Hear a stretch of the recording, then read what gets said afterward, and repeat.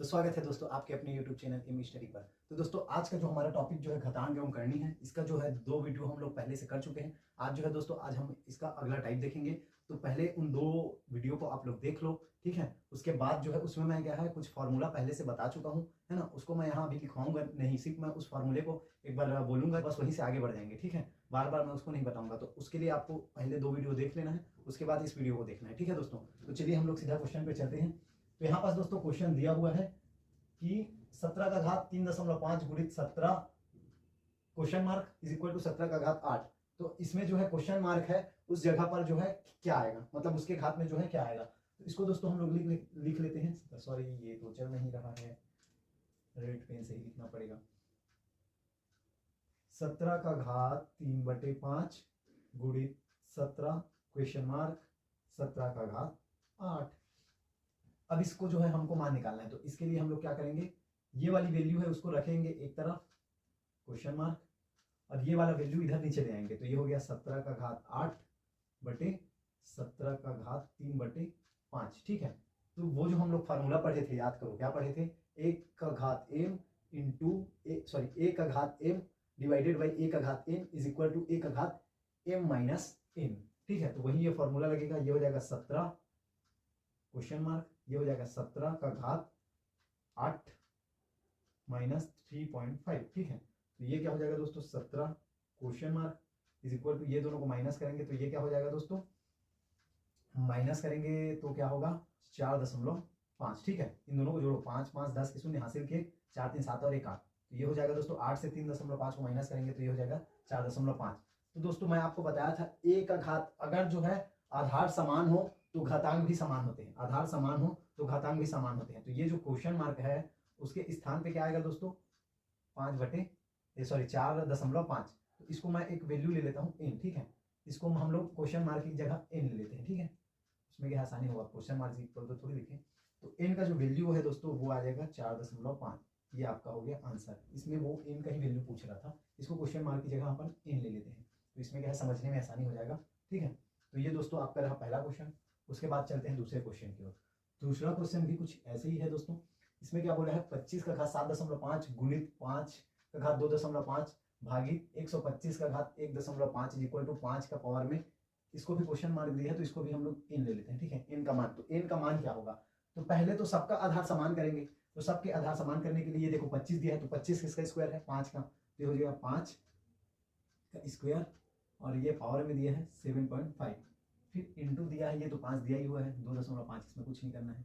फिर ये 5 का क्यूब है, ये सॉरी ये डिवाइडेड में है, ठीक है। 5 का क्यूब है तो ये होगा 5 का क्यूब, ठीक है। ये हो जाएगा 1.5, ठीक, इज इक्वल टू 5 का घात n, ठीक।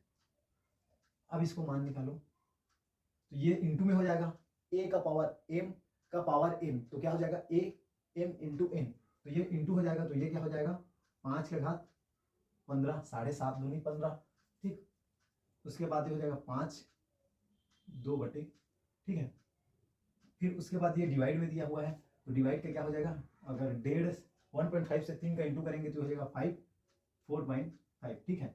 और यहाँ पास 5n का वैल्यू हमको ज्ञात करना है। अब दोस्तों इसको क्या है, अब मैं जमाएंगे नहीं, अपने को फॉर्मूला पता है। इंटू में रहता है तो m प्लस n होता है, और डिवाइड में रहता है तो m माइनस n रहता है, तो बस उसी को लेंगे। तो यहाँ आधार निकाल दिए। अब जो m है उसके बाद इंटू में है तो प्लस लेंगे, तो ये हो गया 2.5, और ये डिवाइडेड में इसलिए माइनस, तो 4.5। इसके बाद 5n का मान निकालना है, ठीक है। अब देखो आधार समान है तो ये क्या हो जाएगा, n is equal to 15 plus 2.5 minus 4.5, ठीक है। तो n की वैल्यू क्या निकल जाएगी 15, और इसमें क्या बचेगा 2, ठीक है। तो n की वैल्यू क्या निकल जाएगी 13, ठीक है। तो यहाँ पास 13 n की वैल्यू पूछा रहेगा तो लिख देंगे, अगर नहीं दिया है तो ये हो जाएगा 5 का घात 3। ये भी आंसर जैसे दिया रहेगा उस हिसाब से आपको आंसर लेना है। तो इसको आप लोग स्क्रीनशॉट ले लीजिए, या नोट कर रहे हो तो नोट कर लीजिए। ये रहा दोस्तों हमारा अगला टाइप, ठीक है। तो इसमें क्या बोला है, 5 का घात 0.25 गुणित 125 का घात 0.25 बटे 256 का घात 0.10 गुणित 256 का घात 0.15, ठीक है। इसको हल करना है। तो इसको क्या है अपन हल करेंगे तो क्या करेंगे, 5 0.25, ठीक है। और पहले इसको क्या है आधार को समान कर लेंगे, तो ये क्या हो जाएगा 5 का क्यूब, ये हो जाएगा 0.25, फिर उसके बाद ये क्या हो जाएगा दोस्तों, ये किसका स्क्वायर है, सॉरी ये किसका क्यूब है, 4 चौक 16 चौक 64 चौक 256, तो ये हो जाएगा 4 का पावर 4 और ये पूरे का पावर कितना दिया है 0.14, ठीक है। फिर ये इंटू में हो जाएगा, ये भी हो जाएगा 4 का पावर 4 और ये दिया है 0.15, ठीक है। इतना समझ में आ गया होगा आपको, तो इतना टाइम से ऐसे ही तो बना रहे थे सबको। अब जो आधार है ना, वो आधार को लिख लेंगे, पहले इसको अंदर और हल कर लेते हैं, नहीं तो फिर कैसे हो गया करके आप लोग अब बकाया टिप्पा देखोगे। इस 3 को यहाँ से गुणा कराएंगे अंदर वाली वैल्यू से, तो ये क्या हो जाएगा 0.75, ठीक है। फिर उसके बाद ये जो 4 है, इस 4 को अंदर से गुणा कराएंगे तो होगा 0.40, ठीक है। और इसके बाद ये जो 4 है इसको गुणा कराएंगे तो हो जाएगा 0.6, ठीक। इतना तो आपको सबको पता होगा, ठीक है। अब उसके बाद दोस्तों गुणा में है तो इसको क्या करेंगे, जोड़ देंगे, जो घात है उसमें जुड़ जाता है, 0.25 प्लस 0.75, ये क्या हो जाएगा 4, ये हो जाएगा 0.6 और 0.4, ठीक है। तो अगर इसको दोस्तों हम लोग जोड़ेंगे से 75 को 25 से जोड़ेंगे तो 100 होता है, तो वैसे ही 0.25 और 0.75 को जोड़ेंगे तो इसका जो वैल्यू आ जाएगा वो 1 आ जाएगा। वैसे ही 0.6 और 0.4 को करेंगे तो इसका भी 1 आ जाएगा। तो इसका जो आंसर होगा दोस्तों वो होगा 5/4, ठीक है। ये रहा आपका आंसर, ठीक। दिख रहा था देखो कितना, ऐसे लग रहा था कि इस जन्म में बनेगा कि नहीं बनेगा, लेकिन देखो बनाया तो कितना आ गया आसानी से 5/4, ठीक है। उसके बाद दोस्तों चलते हैं अगले क्वेश्चन में, है ना। तो इसमें दिया है करनी में 3 और फिर घात n = 9। तो इसमें कुछ नहीं करना है, इसमें तो पहले कई लोग को तो यही समझ नहीं आ रहा है कि इसको करना क्या है, इसमें तो स्क्वायर दिया नहीं है, इसको स्क्वायर करेंगे तो कैसे बनेगा। तो इसको कुछ नहीं करना है, पहले तो करनी हटा लेंगे, जब तक करनी हटेगा नहीं तब तक आगे क्वेश्चन बनेगा नहीं। तो करनी हटाने के लिए क्या करेंगे, दोनों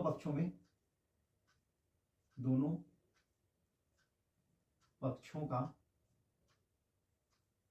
वर्ग करने पर, ठीक है, वर्ग करने पर, तो दोनों पक्षों का वर्ग करेंगे तो ये हो जाएगा 2, सॉरी ये हो जाएगा 3 का घात n करनी, और ये हो गया इसका वर्ग कर दिए और हम लोग इसका वर्ग कर दिए।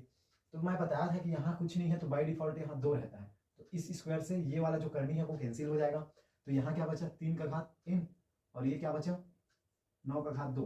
तो इसको जो है आधार को पहले समान करना पड़ेगा, तो ये हो गया 3 का घात n और इसको आधार को समान करने के लिए करेंगे तो 3 का स्क्वायर और ये हो गया टोटल का स्क्वायर, तो ये हो गया 3 का घात n और ये दोनों का गुणा हो जाएगा तो 3 का घात 4। अब आधार समान है तो n का मान क्या हो जाएगा 4, ये वो आपका आंसर। तो इसको नोट कर लीजिए। ऐसे ही और 1-2 क्वेश्चन है मेरे पास, उसको मैं नीचे लिख देता हूँ, आप लोग आंसर निकाल लेना, ठीक है। और मेरे को बताना कमेंट बॉक्स में कि आंसर क्या आ रहा है।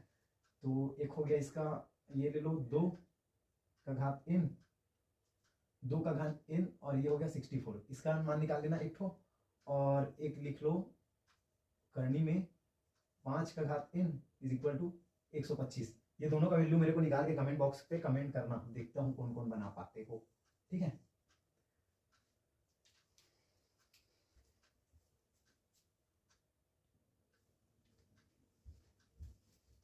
तो ये रहा दोस्तों आपका अगला टाइप। ये थोड़ा दिखने में कठिन है और बनाने में भी थोड़ा आपको मशक्कत मेहनत करना पड़ेगा, लेकिन हम लोग इसको इजी वे में करेंगे, ठीक है, डरने की जरूरत नहीं है।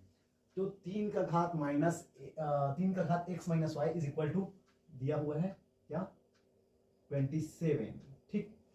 उसके बाद दिया है 3 का घात x + y = 243, ठीक दिया हुआ है। तो जो x का मान है वो निकालना है, ठीक।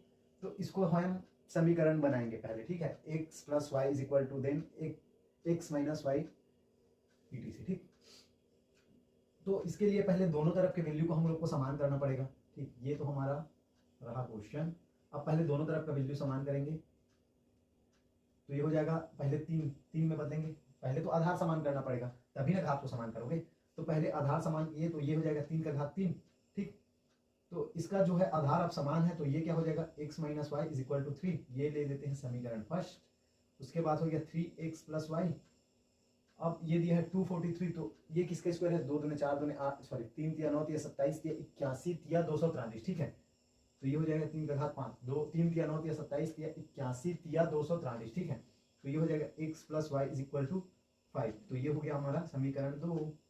अब देखो समीकरण 1 और 2 को जोड़ने और घटाने पर तो हम लोग क्या करेंगे, पहले घटा देंगे क्योंकि x का वैल्यू पूछा है। अगर y का वैल्यू पूछा रहता ना तब इसको हम घटाएंगे, अभी तो सिर्फ हम इसको जोड़ेंगे। तो समीकरण 1 व 2 को जोड़ने पर, ठीक, तो क्या हो गया यहाँ x minus Y is equal to 3, x plus Y is equal to 5, तो ये दोनों का वैल्यू हो जाएगा 5 प्लस 3 इज इक्वल टू 8, जोड़ रहे हैं ना यहाँ पास। अब देखो ये y माइनस में, ये y प्लस में, तो ये दोनों कर जाएगा प्लस माइनस, यहाँ हो जाएगा 2x, तो x की वैल्यू अपने पास क्या आ गई 4, ये 4 कहाँ से आया, तो 2 एकम और 2 चौक, तो दोस्तों x की जो वैल्यू हमारे पास आ गई है 4, तो यहाँ पहुंचा है x का मान, तो यही हो जाएगा आंसर, 4 लगाएंगे और आगे बढ़ेंगे, ठीक है।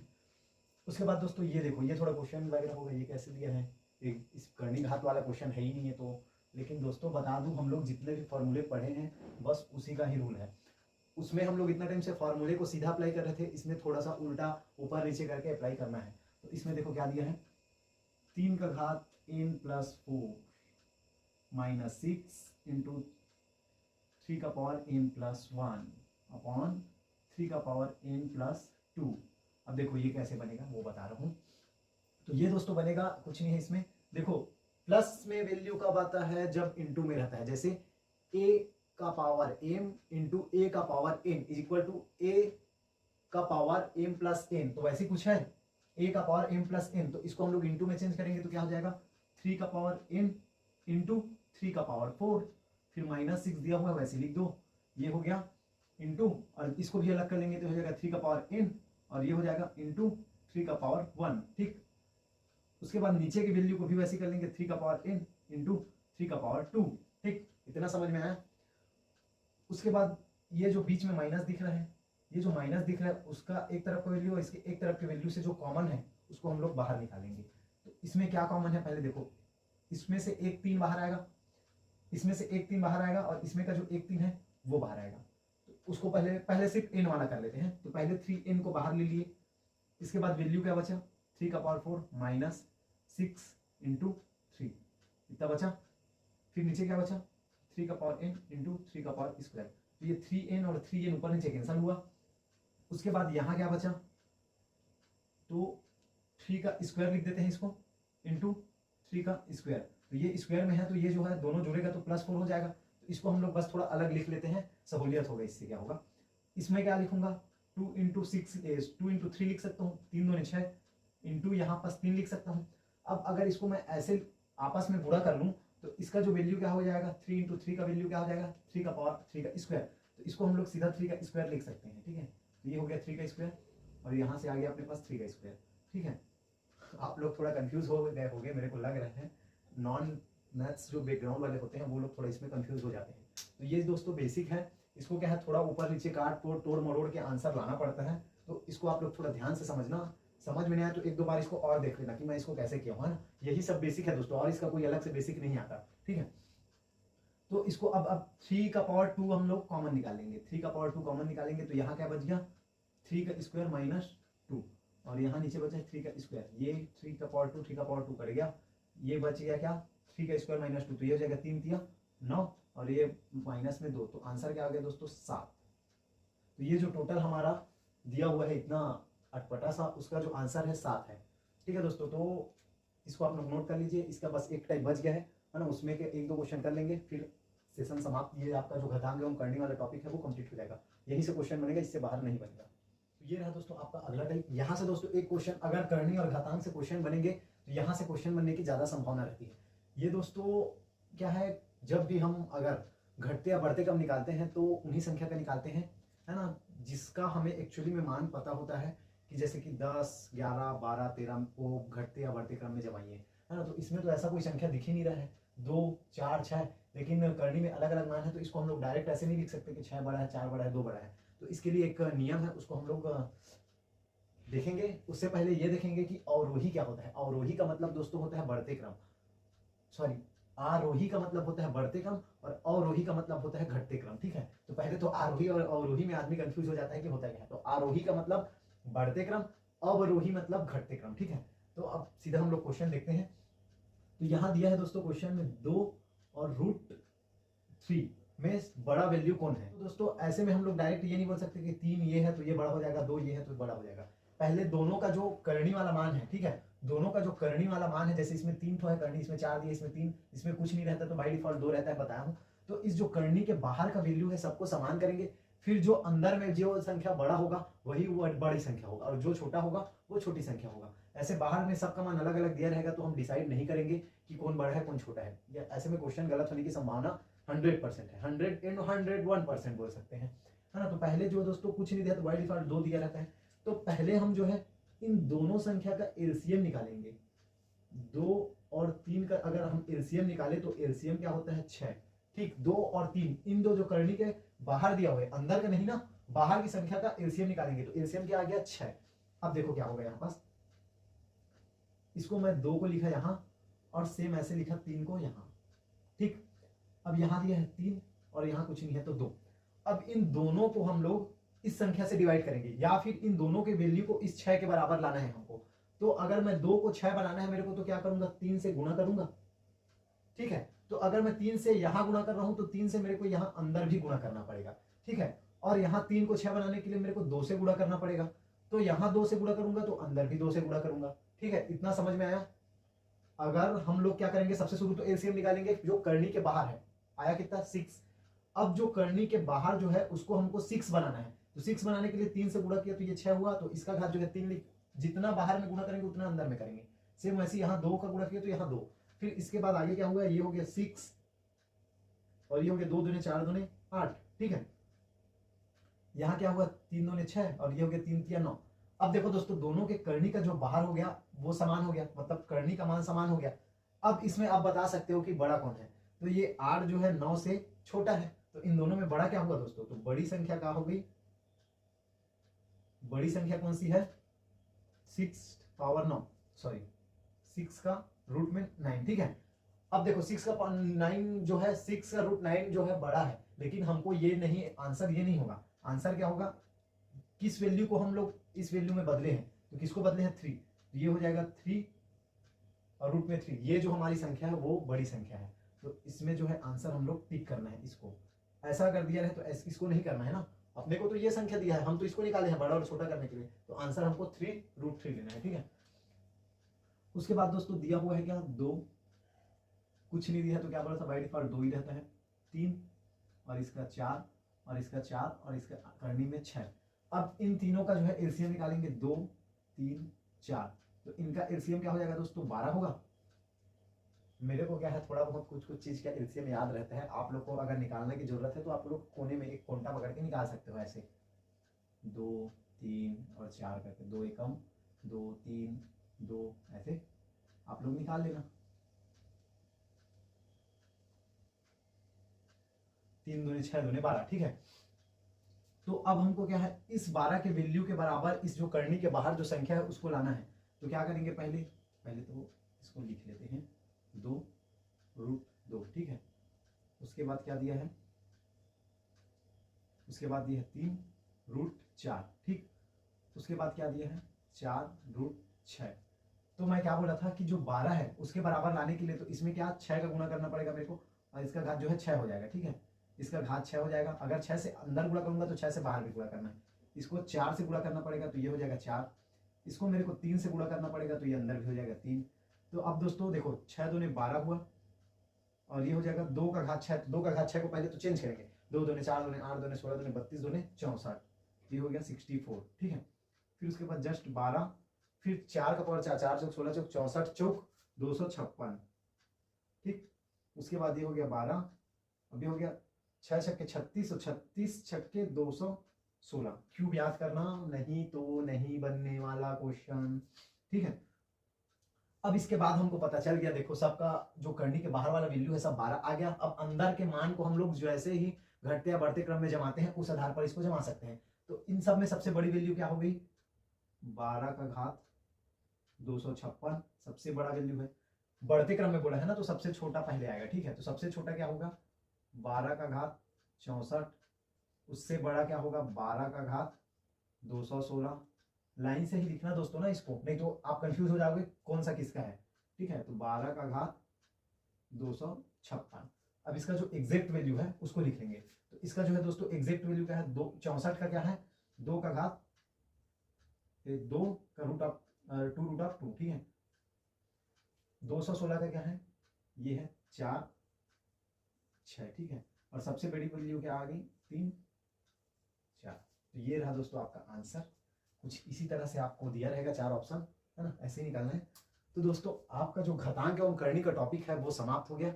इसके बाद हम लोग नेक्स्ट वीडियो में कुछ नया टॉपिक के साथ आपके पास मिलेंगे, है ना। और जितना क्वेश्चन मैं आपको इन तीनों वीडियो में दिया हुआ हूँ उसको आप लोग हल करके कमेंट जरूर करें। इससे क्या है, हमको पता चलेगा कि आप लोग को देख रहे हैं कि नहीं वीडियो, आप लोग हल कर रहे हैं कि नहीं। तो आज के लिए बस इतना ही दोस्तों, धन्यवाद।